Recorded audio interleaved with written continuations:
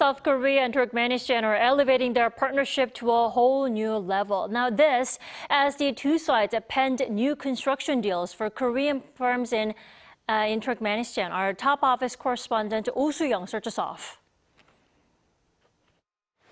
South Korea and Turkmenistan have agreed to boost cooperation on major energy and infrastructure projects, which are expected to rake in some $6 billion worth of contracts for Korean firms.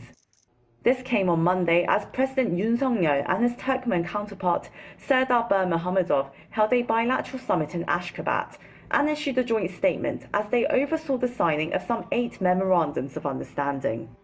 오늘 저는 베르디무하메도우 대통령님과 회담을 갖고 기존 협력을 더욱 내실화하고 협력의 지평을 미래지향적으로 확대함으로써 우리의 호혜적 동반자 관계를 더욱 심화 발전시키기로 하였습니다. Turkmenistan and South Korea see enormous potential for joint cooperation in creating a supercontinental shipping route from Asia to Europe between East and West and North and South. We confirmed our mutual interest in expanding cooperation in the energy sector. During their talks, the two leaders agreed to strengthen collaborations on large-scale construction projects, as Hyundai Engineering inked a deal with state-owned Turkmen Gas for the 4-stage desulfurization facility at the Galkanish gas field and resume operation of the Kianli polymer plant on the Caspian coast. The top-level meeting is also expected to boost Daewoo Engineering's chances of clinching orders for urea and ammonia fertilizer plants in Turkmenistan. These potential construction projects combined could generate some $6 billion worth of contracts, according to Yoon's Senior Secretary for Economic Affairs.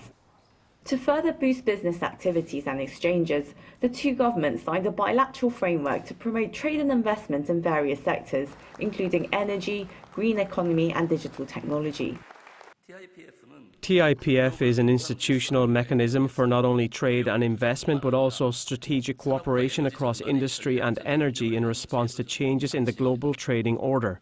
Turkmenistan has not yet joined the WTO, so it was not easy for our companies to access the local market. But with the conclusion of this TIPF, a stable investment environment will be created. Yoon and Berdimuhamedow also backed collaborations on developing smart cities and transport infrastructure in a separate deal, as well as agreeing to ramp up cooperation in areas like shipbuilding, ICT, healthcare, climate response and development cooperation. Their governments recently agreed to increase flight operations between the two countries from the current twice a week to 5 times a week, which would promote bilateral exchanges. During the summit, both leaders recognized the need for the complete denuclearization of North Korea for global peace and prosperity, emphasizing the importance of fulfilling international obligations under UN Security Council resolutions. As they elevated their partnership to new heights, the Turkmen leader expressed his support for President Yoon's K-Silk Road initiative, South Korea's first ever regional strategy for comprehensive cooperation with Central Asia, from procuring natural resources to increasing human exchanges and development assistance. As part of his 3-nation tour in Central Asia this week, President Yoon will also travel to Kazakhstan on Tuesday and Uzbekistan on Thursday. Oh Soo-young, Arirang News.